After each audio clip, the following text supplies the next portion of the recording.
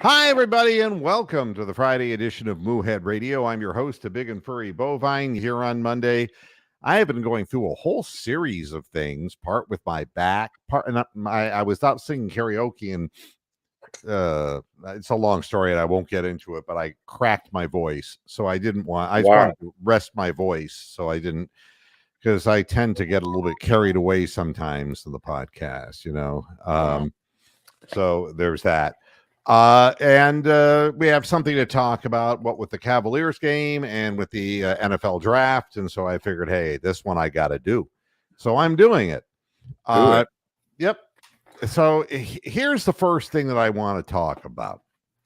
And it has nothing to do with the NFL draft, and it has nothing to do with the Cavaliers. Although I will do the lead into the program by telling Cavalier fans just to get on their fucking lithium, please.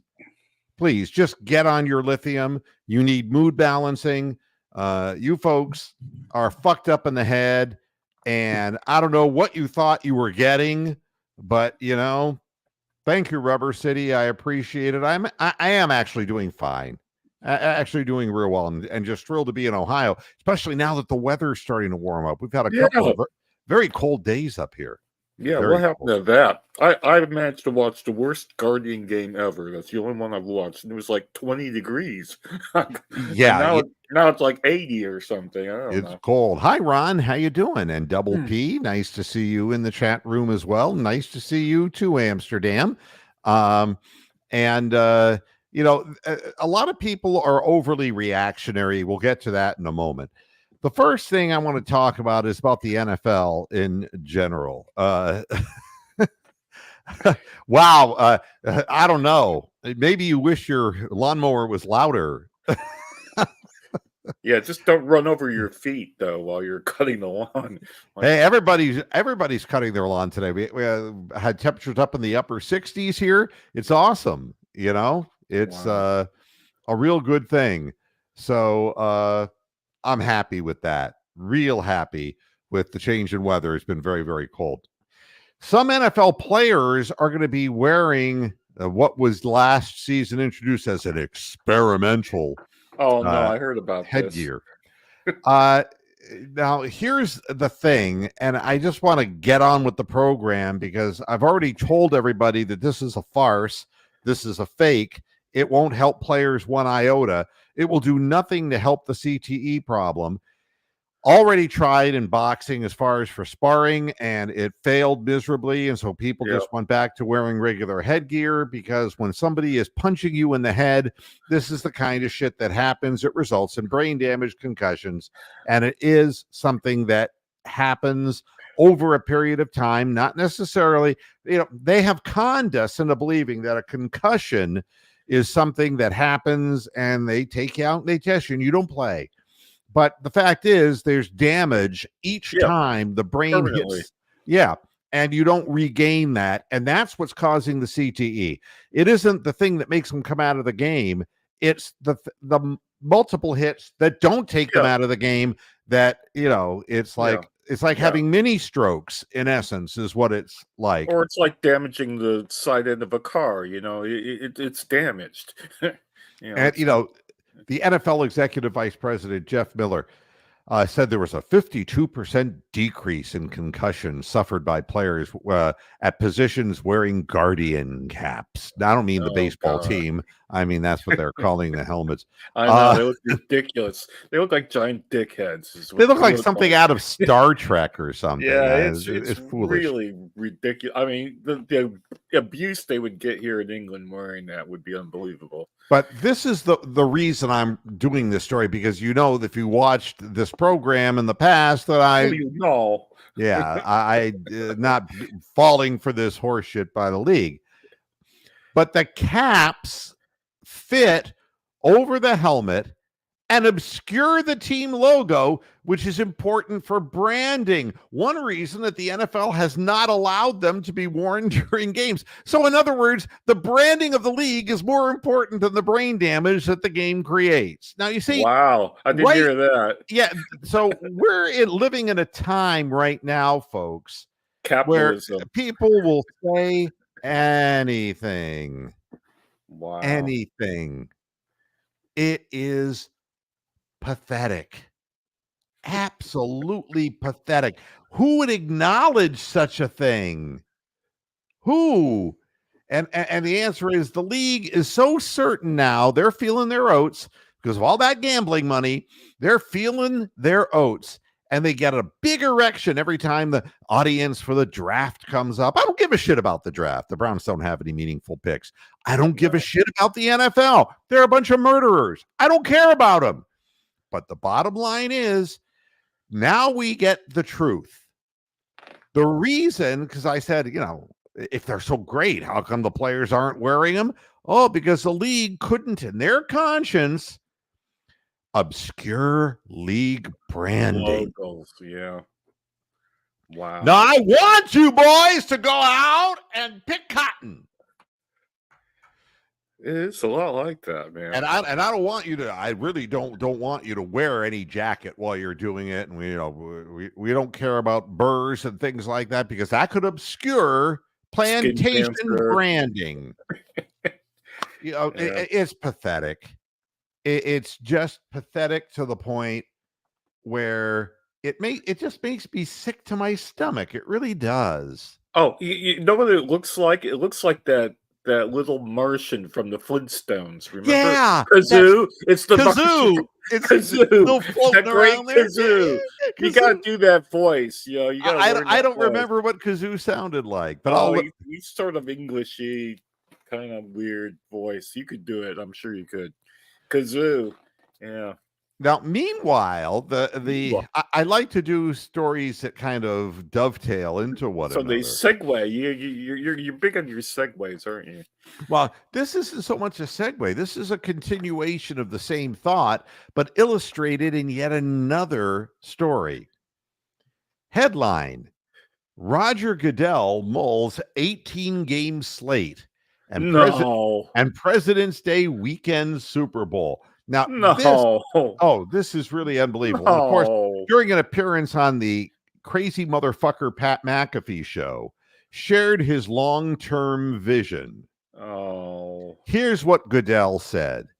I think we're good at 17 now. And he's speaking for...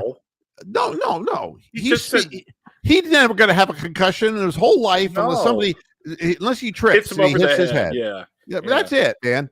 I mean... So he's speaking for everybody because he's God. Okay. Yep. We're good at 17 now, Goodell said. But listen, we're looking at how we continue. You see, I'm not a fan of the preseason. This is Goodell speaking, saying this. Wow. They got big fucking balls, big fucking testicles. Then gesturing toward a group of fans assembled nearby, Goodell then said, and I don't think these guys like preseason games either. The reality is, I'd rather replace a preseason game with a regular season game any day. That's just picking quality. Wow. It's going to get people killed. He is going to kill people doing that. Let me re-quote him for you so that you know what he's really saying. I'm not a fan of the preseason because there's no gambling money. Nobody gambles on preseason games. 100%, man. Then gesturing toward a group of fans assembled nearby, Goodell said, and I don't think these guys like it either because they don't get to gamble on them and they have a gambling diseased brain. Yeah. The reality is I'd rather replace a non-gambling game with a gambling game any day. That's just picking quality for the league. You're absolutely spot on. And it's branding. Yeah. If we get to 18-2, that's not an unreasonable thing now, is it? Yes. Wow. Yes, it's an unreasonable thing. Your whole league is an unreasonable thing. The WWE is an unreasonable thing. All the sports that cause brain damage, unacceptable. The UFC is unacceptable. And you know something, and I'm a boxing fan. I've seen so many great boxers. Oh, God. Who have ended up with dementia. A lot of them die and you never hear about it. Yeah. But it's really sad. And, you know, Can I make a very quick gambling comment and I'll let you Sure. get back? I just noticed, I just saw an advert here today that BetMGM are coming to England. Now, you know how they do these wild and crazy things where, bet $10 and you get $5,000 worth of free, Yes. all that shit. Well, they can't do that here in England. Their ad here is bet 10 quid, get 40 quid in free bets. That's because it's fucking regulated, you shits. Because the people know here that gambling is an addiction and a disease, and they don't give away thousands of dollars in free bets. They give Well, away what that is, it's gateway drug. exactly. That's all it is. It's like, hey, if you You lose push your this money real fast, we'll give you more fake money, monopoly money to lose. Then you're going to bet all your house and your children's education on the next game. Yeah, and we can have Tony the Cat pop in and agree with all this, but Yeah. there are rules here. People think that UK's had betting and gambling and all that. Well, they can't do whatever they want. Anyway, I'm done.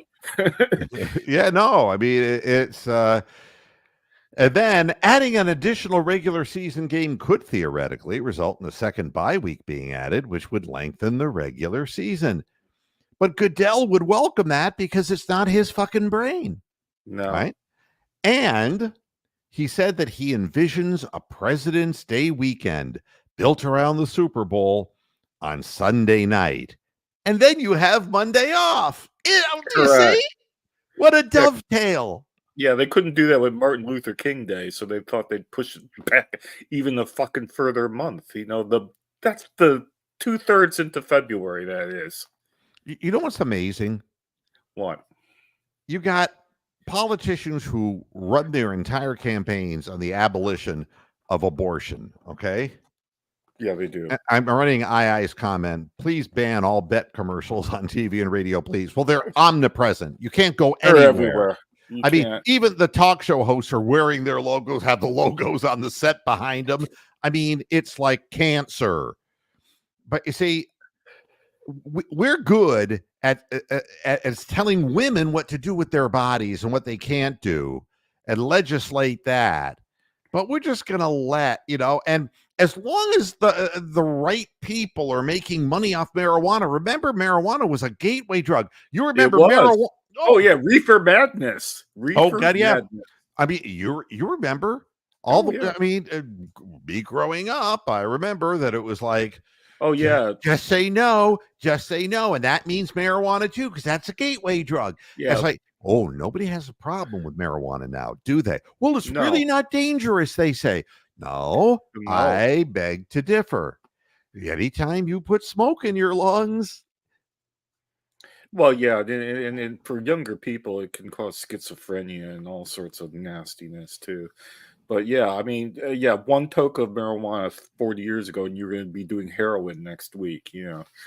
Absolutely.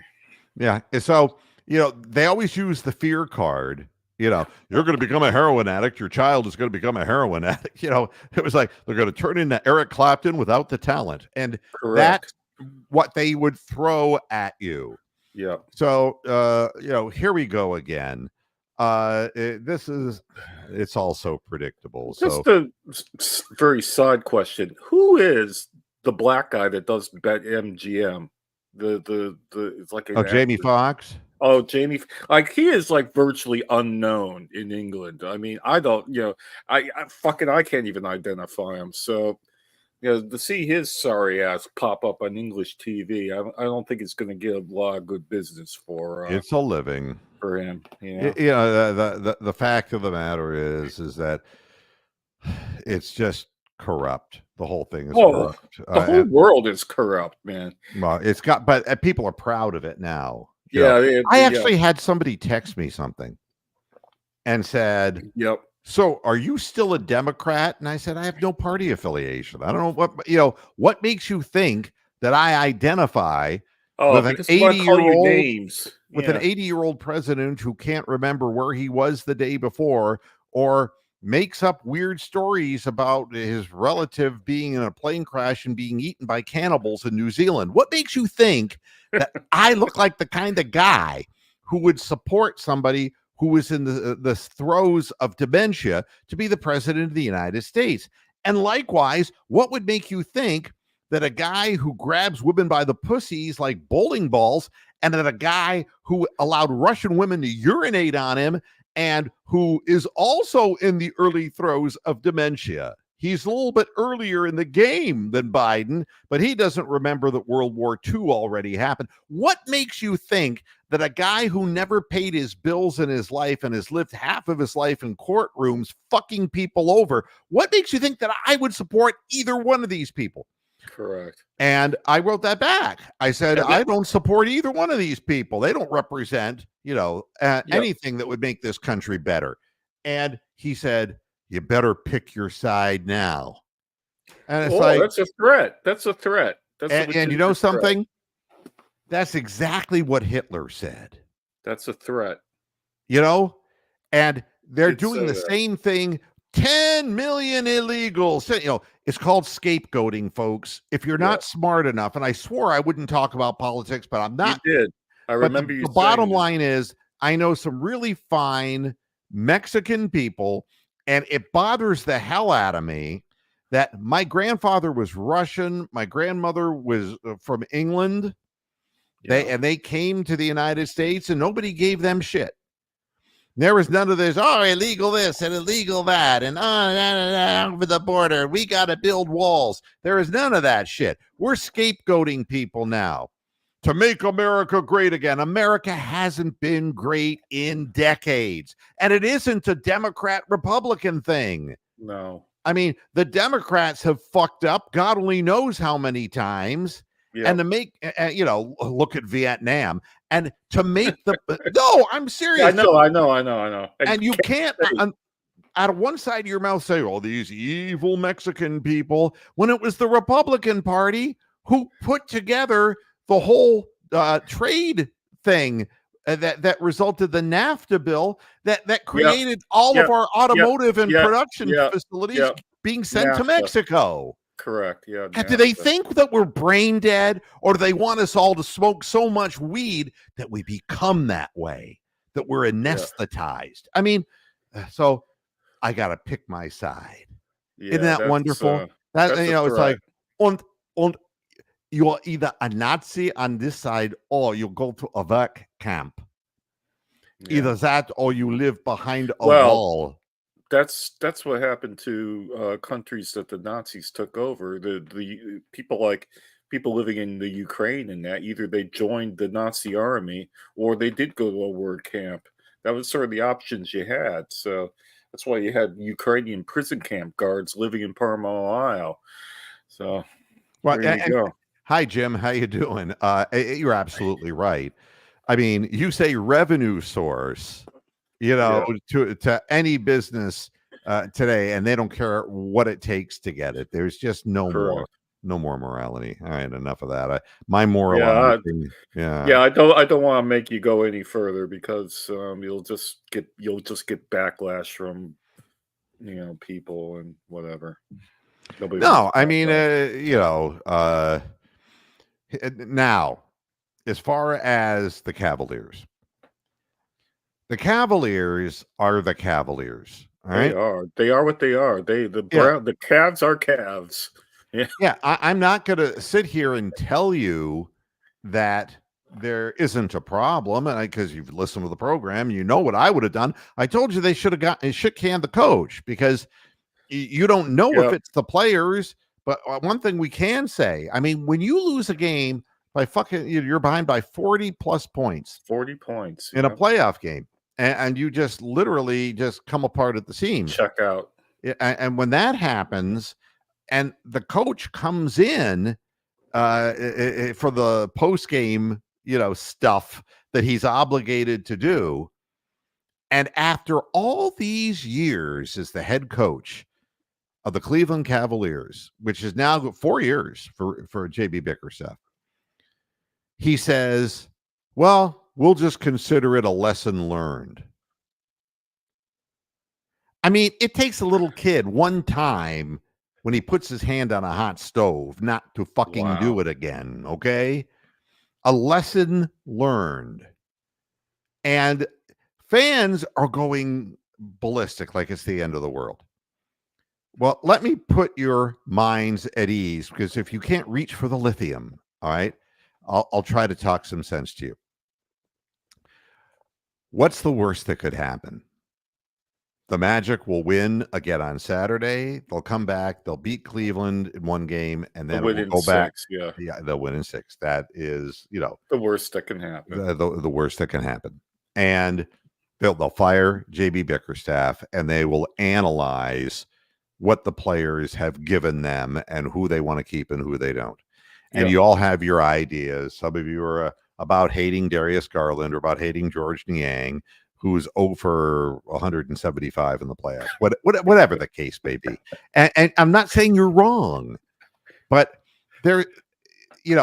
this is one that you're going to find out what the team's made of. You're going to find out what the character of the team is, because when you lose that badly and you put out such a piss poor performance and you come out, it makes you look like you just thought the other team was going to fold like a cheap tent. And they didn't. They came on strong, and you gave them will and momentum. Hope. So, we all know what it was. Now the question is, what do you have inside you as an organization, as a team, as players, as a coach? What do you have in you? And if they come out on Saturday, tomorrow, and they look like shit again, and Orlando cruises to a win, you're going to know everything you need to know. So shut the fuck up. What's the point of getting excited about something if you already know what it is? Yeah. I mean, I can't put it any clearer than if the team comes back and plays a really fine game in Orlando and goes up 3-1, that tells you what you need to know. So I don't look at this as a bad thing. I look at it as an embarrassing thing.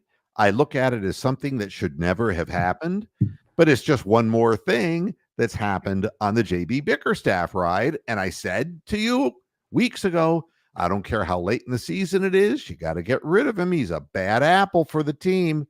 He instills the wrong values into the players. The players can't seem to keep the momentum and intensity up with him as the head coach. Yeah, I mean, he's like the Hugh Jackson of the Cavs, man. Well, I mean, what he is, he's like the players' coach. He's soft like the team. Yeah. He coddles the athletes, and they need somebody who's going to say, look, if you really want to be a great professional player, Darius, you got to put on 15 pounds of muscle. You too, Evan. If you really want to be good, George Niang, you got to work out in the offseason. You can't be looking embarrassing like this. If you want to remain on this team, and Donovan, we want you to stay with the team, and we're going to do everything that we can do to keep a good cast of characters around you. I mean, and that's what they should have done. But instead, they drag this into the playoffs, and now people are going ballistic and the whole 9 yards. But let me remind you one thing. Okay. For all the people who are saying this is, Chicken Little, the sky's falling, the Boston Celtics lost to the fucking Indiana Pacers at home. They did, in game 2. Shit the bed completely. And what is the point if you're playing, am I getting confused here? Well, I think they got beat by the Heat. No, the Heat. That's right, the Heat. Right. I got one right. Yeah, without Jimmy Butler. Okay, without Jimmy Butler. Without Jimmy Butler. I mean, and they lost at home in a game 2. And you're telling me that the Cavaliers are the only team who has this problem. No, and LeBron too. He's on his way out. 0-3. It's done. The series is done.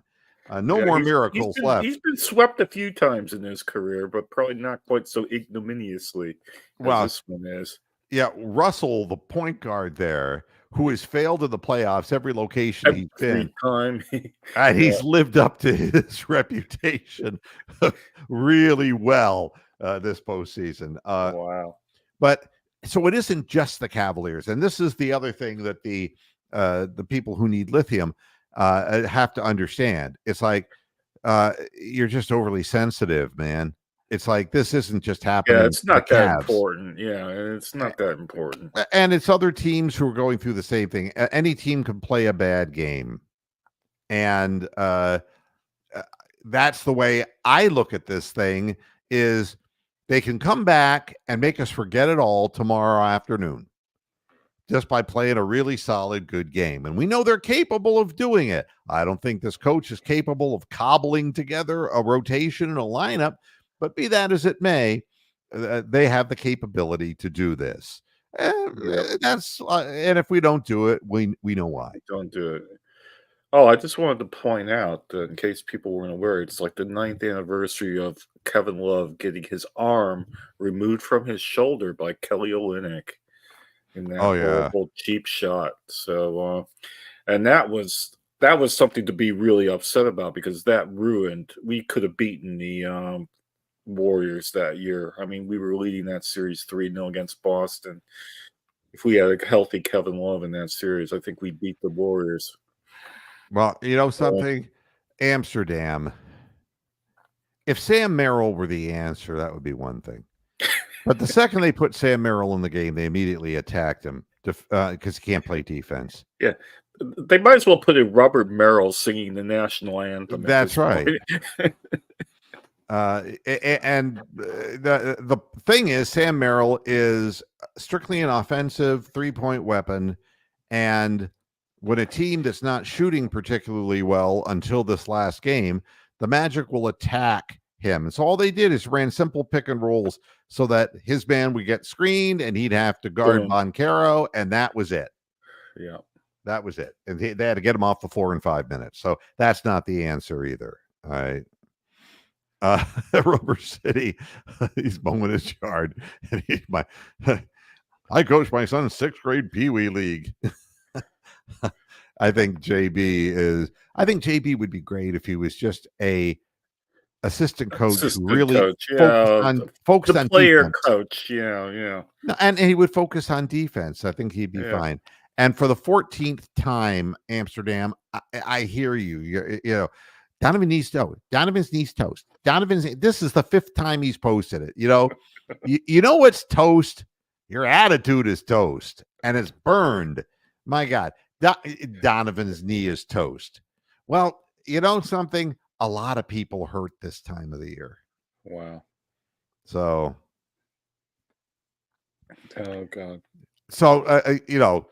This becomes the question, is the rotations, Rubber City. And, you know, Sam Merrill in small quantities can do certain things. But again, if you're playing him without Donovan Mitchell, Donovan draws an instant double and opens up possibilities. They're pressuring the ball at the top of the key.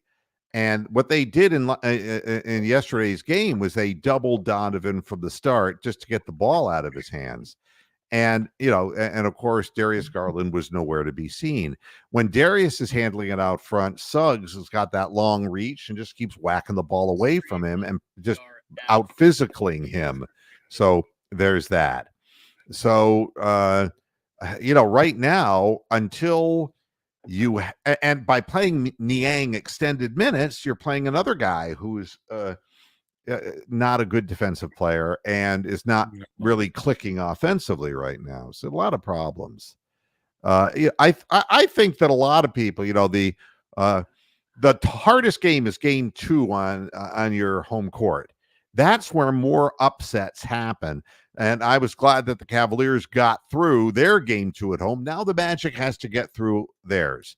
And Boncaro had a remarkable game, and he's a fine basketball player. He's a great player. I have a lot of time for him. But him shooting threes when he was like 28% on the season, it doesn't stand. You know, the whole team shot, you know, made like 13 or 14 or whatever They're not Three-point shot. good. I mean, No. Orlando does not deserve to get to the conference finals, should they Oh, get no, that. no, no. They're a They're young, not good. inexperienced team that needs Yeah, more shooting. And what yeah, they did is they put Wendell Carter back on the floor and took Isaac off the floor. And so they out rebounded the Cavaliers, which has been a problem for the Cavaliers all season long. The physicality, they were out rebounded like 51-32 in the game. And it's, wow. and Boston, for all of the star power and the hype, hasn't gotten things done. And it is interesting that they choked that game. I mean, they played a really bad game, but you're only as good as the last thing you did in this world, uh you Huh. know Take how a breath. long is a prime? Gosh, double Oh, P, the guy's good, fucking, 40 I'd about have him 40 back in years the old. minute. Yeah, I'd have him back in the minute playing with the Well, he'd Cavs. be the point guard that you need. Yeah, exactly. uh, Unfortunately, Somebody who would be able to set up the offense and be able to do things, because Darius call Garland plays. doesn't have the physical strength, and his back is jacked up, man. Yeah. But he doesn't have the physical strength because he hasn't worked hard enough to get it. Hey, Christopher Milton, how you doing? Good to see you. Wow. Uh, So yeah, so I watched the first quarter of that game last night, and when they said that it was Orlando's first lead in the series, and they looked like they had momentum, I go, well, I can go to bed because I have to get up early today.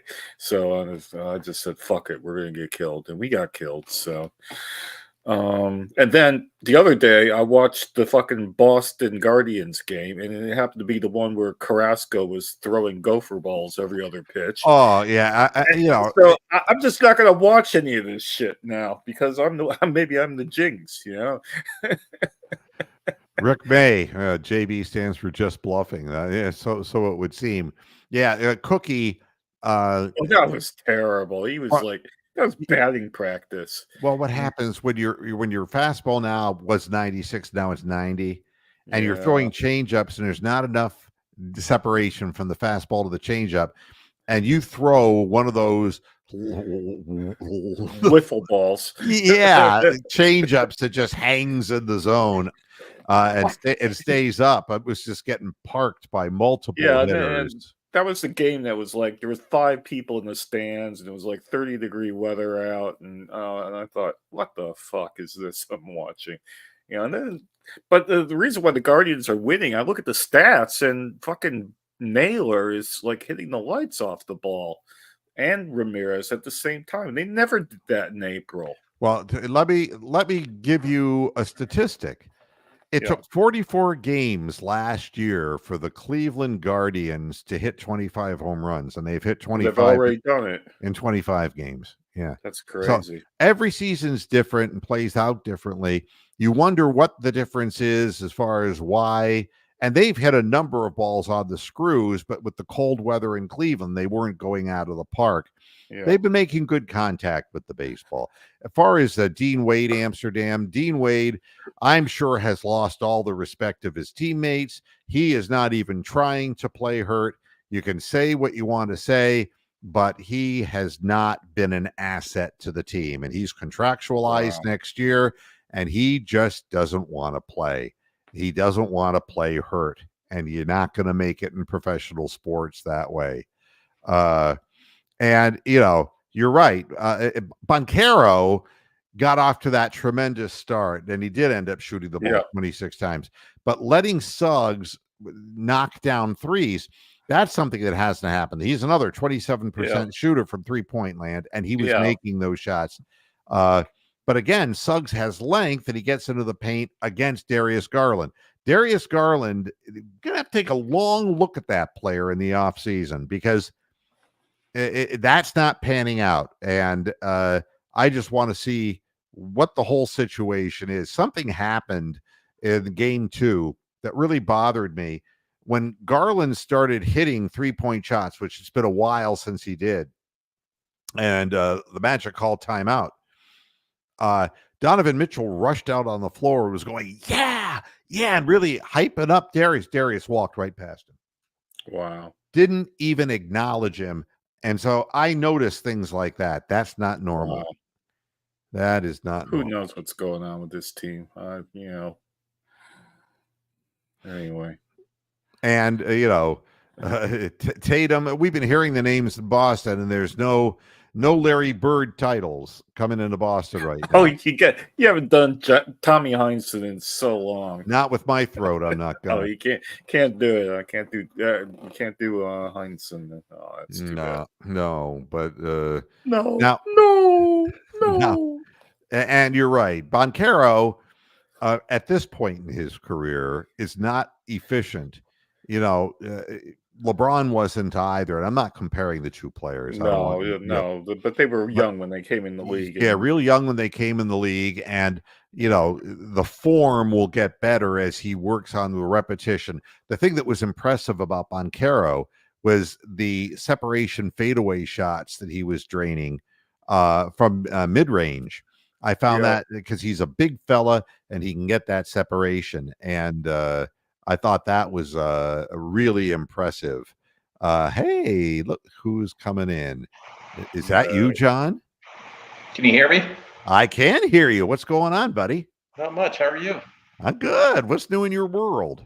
Not much. I saw you were on, and it wouldn't be me if I didn't talk to you about this Guardian hot streak right now. Yeah, now this is really been something to talk about. They came back again, 1-6-4 with the salami by Ramirez, yeah. and you thought what you were thinking is, well, they finally lost a game the game before, and Cookie just gave it up. That was my fault. Yeah, and no, and it's like, oh, this is going to start a negative trend. They come right back and they win the next game. It's really something. Yeah. It is something, and I've watched enough of this to know to be always like cautiously optimistic about things.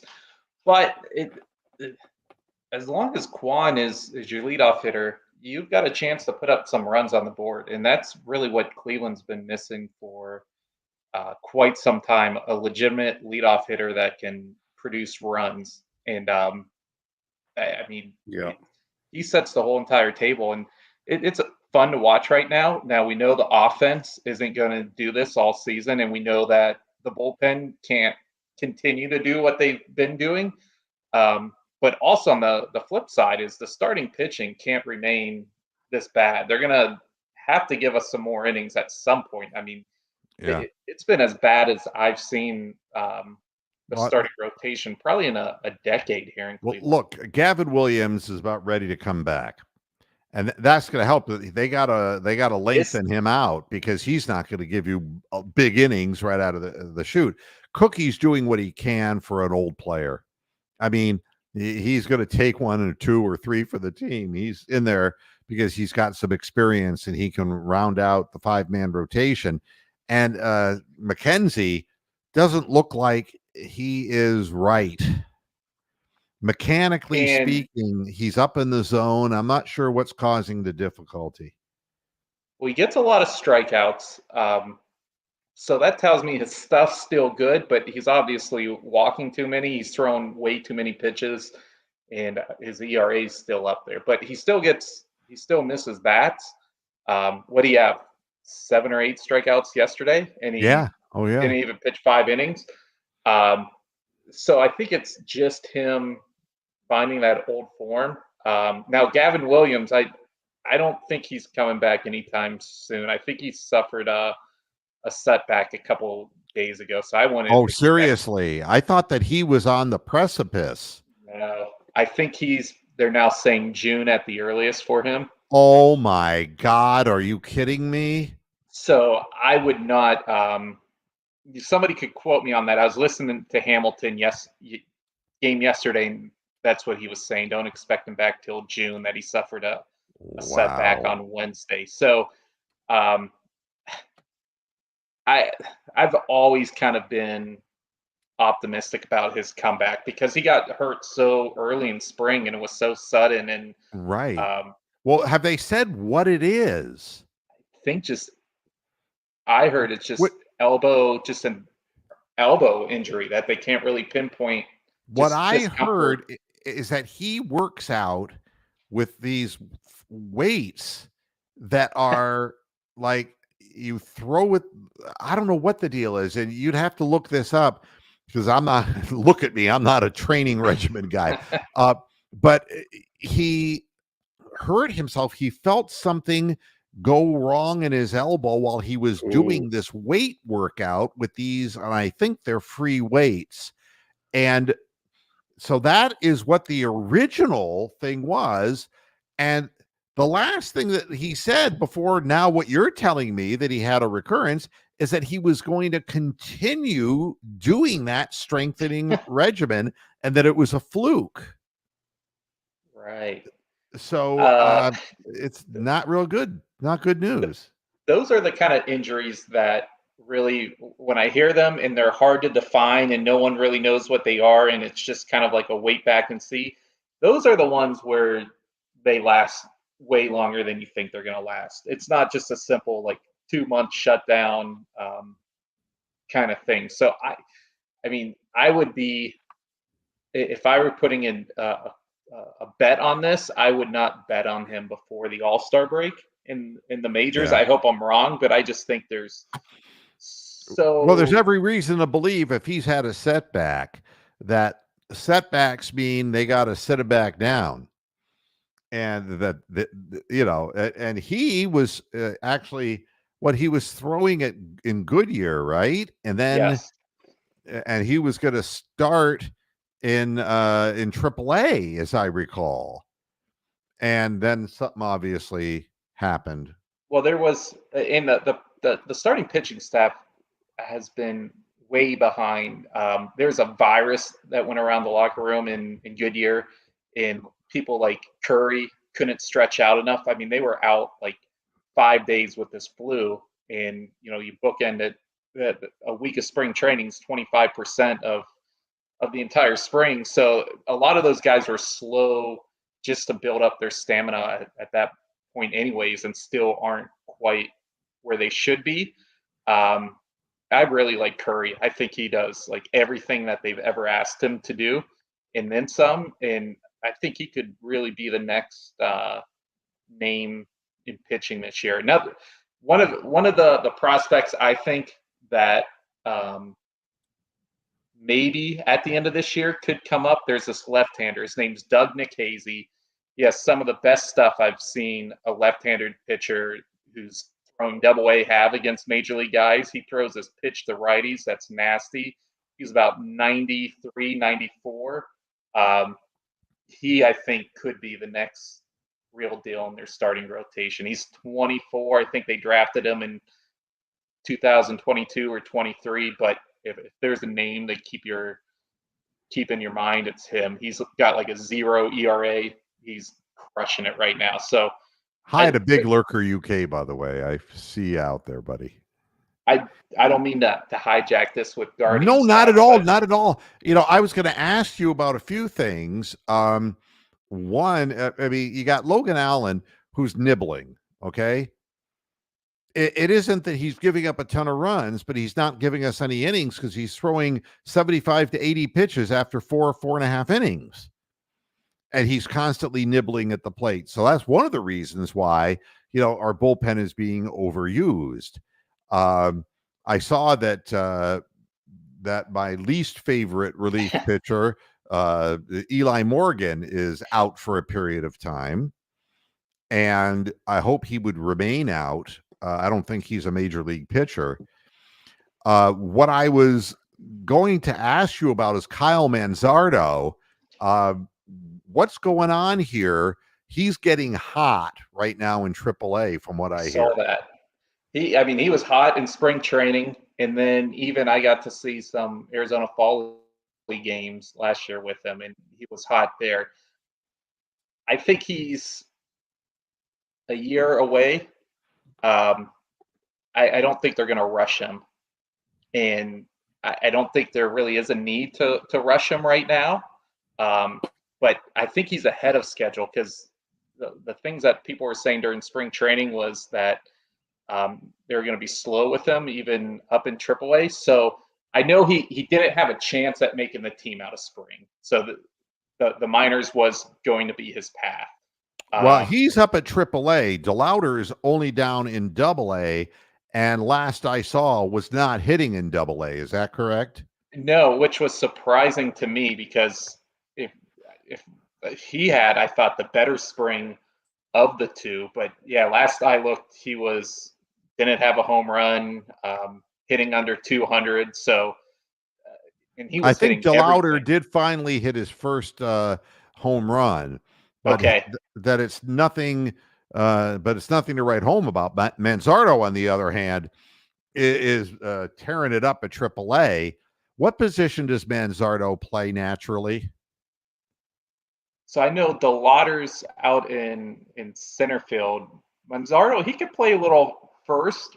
I'm trying to remember where he was during um, the fall league, but I primarily saw him first, probably all fall and spring. I think he can play some corner in the outfield too, right?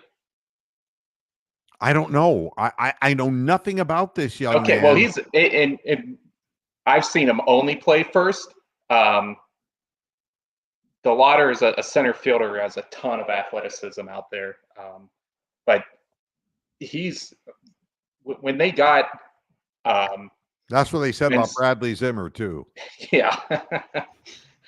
When they got Manzardo, he was primarily the first baseman of the future. Everything that I read about him on that, but I saw Bradley Zimmer was somewhere hanging on still in Wow. the majors. I got his rookie card.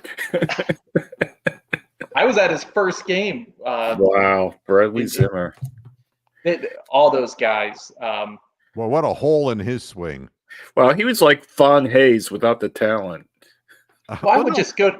I would go to these games, and the third baseman would be playing behind third base. I'm like, dude, just bunt.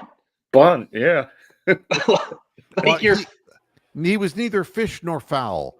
They said he could hit the ball a long way, but he didn't make proper contact. No. Then they started messing with his swing, and then he reminded me of every other center fielder who could cover an enormous amount of ground and had no respect for their bodies and would hurl themselves, kill themselves. Yeah, and they end up Grady Sizemore and and Von Hayes, really.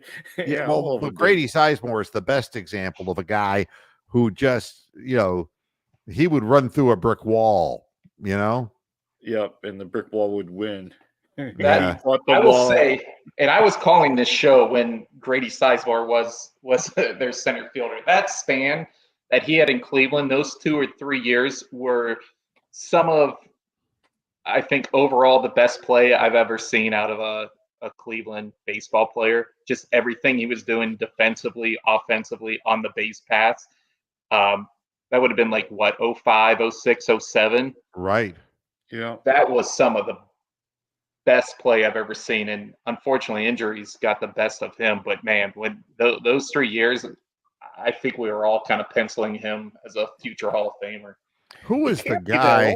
The other guy, the guy who was a Tampa Bay player, they were saying he was like could be the next Joe DiMaggio, and he ended up being managing. I think he was Rocky Baldelli.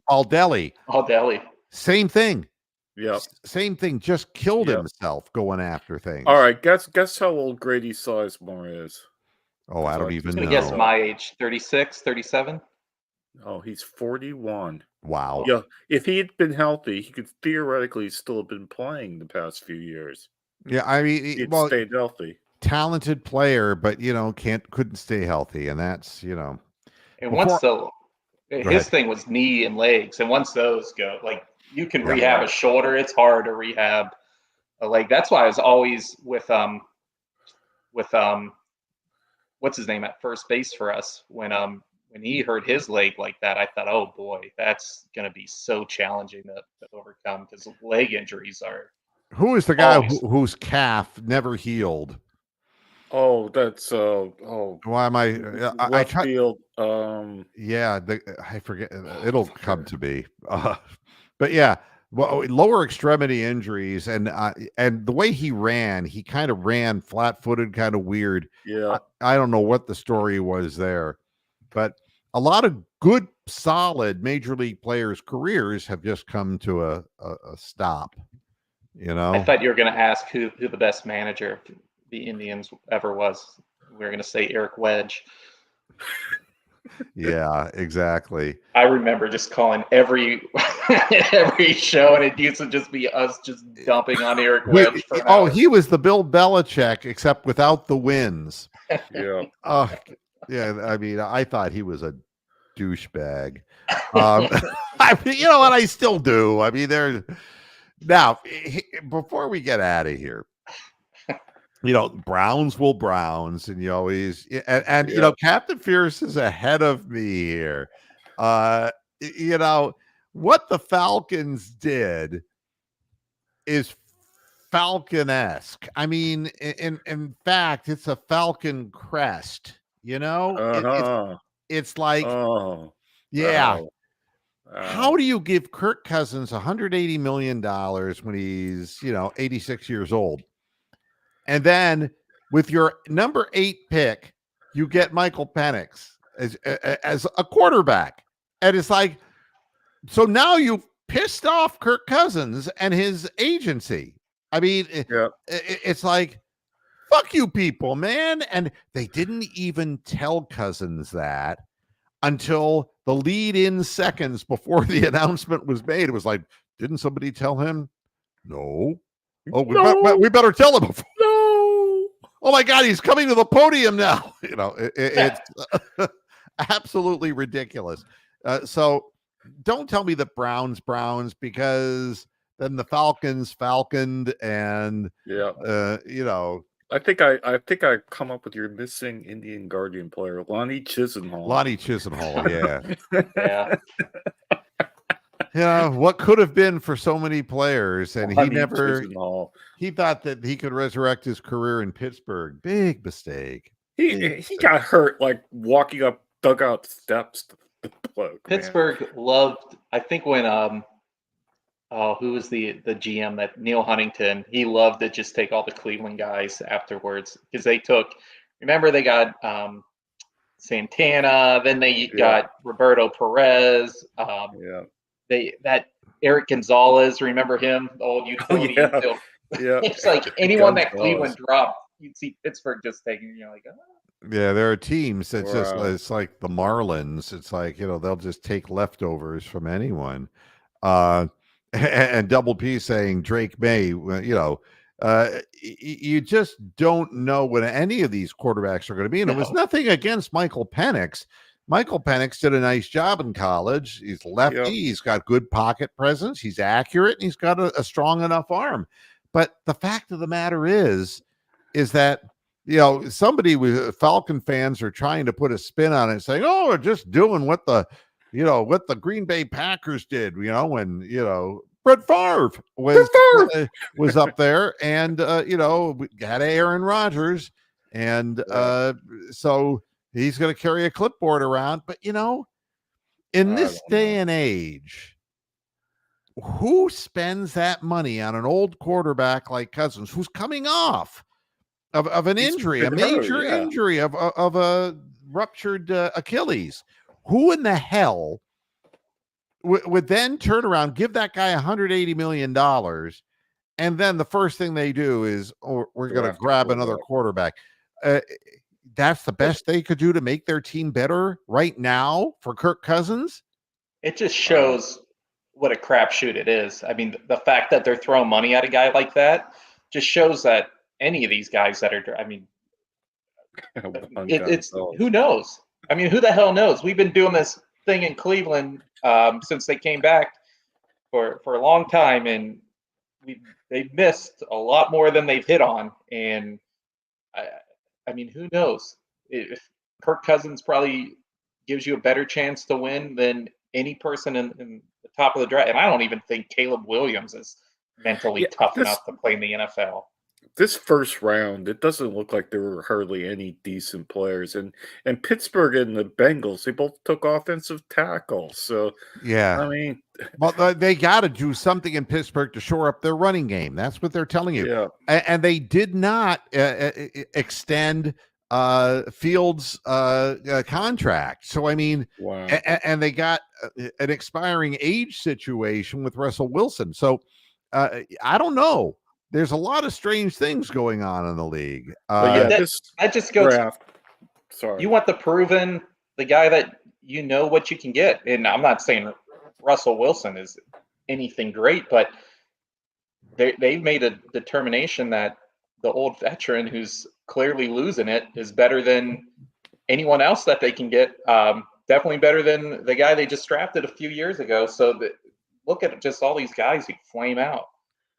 Yeah, And it's a tough thing when you're gambling on quarterbacks, because for every story of a CJ Stroud, there are 10 stories of Of Zach Brandon Wilson. Whedon's or Yeah. whatever, of Johnny Manziel's. There are, to No. speak Brown's language, but every team in the league has blown picks. I mean, look at the Jets and Zach Wilson, for God's sake. That's terrible. I mean, it is terrible. I mean, and people who have not panned out, they may have a good start, but like the guy out in Arizona, Yeah, the Murray, little guy, Murray. yeah, right. I mean, he was like something great when he first started out, and then there was a period of time where people were like, We're really first, questioning him. Yeah, getting dinged up, and not only that, but making mistakes. And now they've gone out and gotten a bunch of wide receivers for him, but little guy like that running for his life. Teams now, you look at who's going in the draft high as quarterbacks, and it's larger framed guys, not the littler guys. Well, no, not what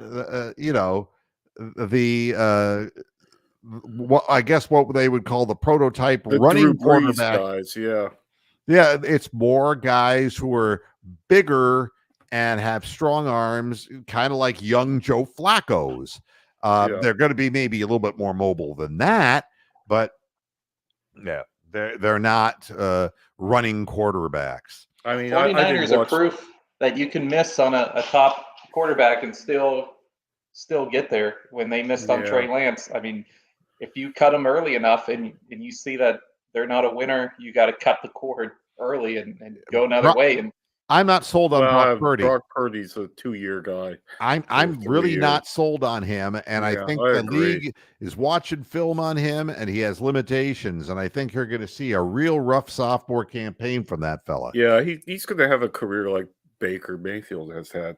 Really, I think up and down, up and down, up and down. You guys watch more than me, but I like Brock Purdy. I disagree. I think he's a brainy guy. But I'll tell you, when he played the AFC, in the North, got his ass kicked, got his ass handed to him, and not even close. The defenses in our division just killed him. Yeah, he was not competitive at all against any of us. So I have questions. I'm not going to write him off. I mean, that would be crazy. But I think this first round of the draft was really bad. Just looking at the players on there.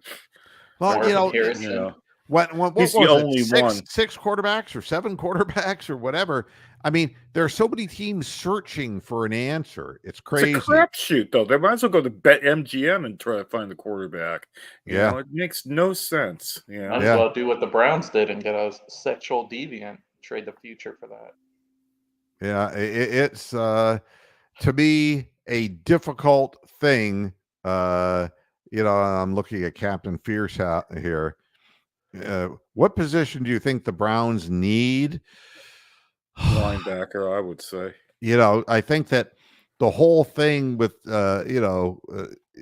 Taki not being the one, and I think linebacker, but we never get a linebacker any more than we get a wide receiver. No, and I have no idea. Well, then we gotta get an offensive tackle. Then, you gotta get 5 of ours. To get me, hurt. You might be able to get a superior offensive tackle up high.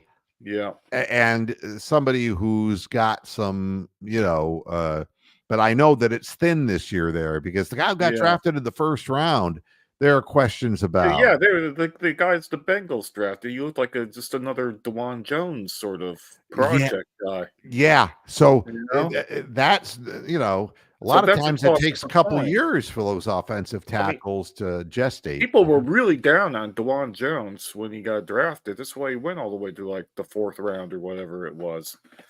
So the Bengals have drafted somebody just like him in the 1st round. The Browns will move down. All right. Yeah. They're going to go with more bodies because we don't know what their board says. If there's somebody that they would, but at 54, everything is going to change. Everything. I'll tell you what Andrew Berry does draft well is secondary guys.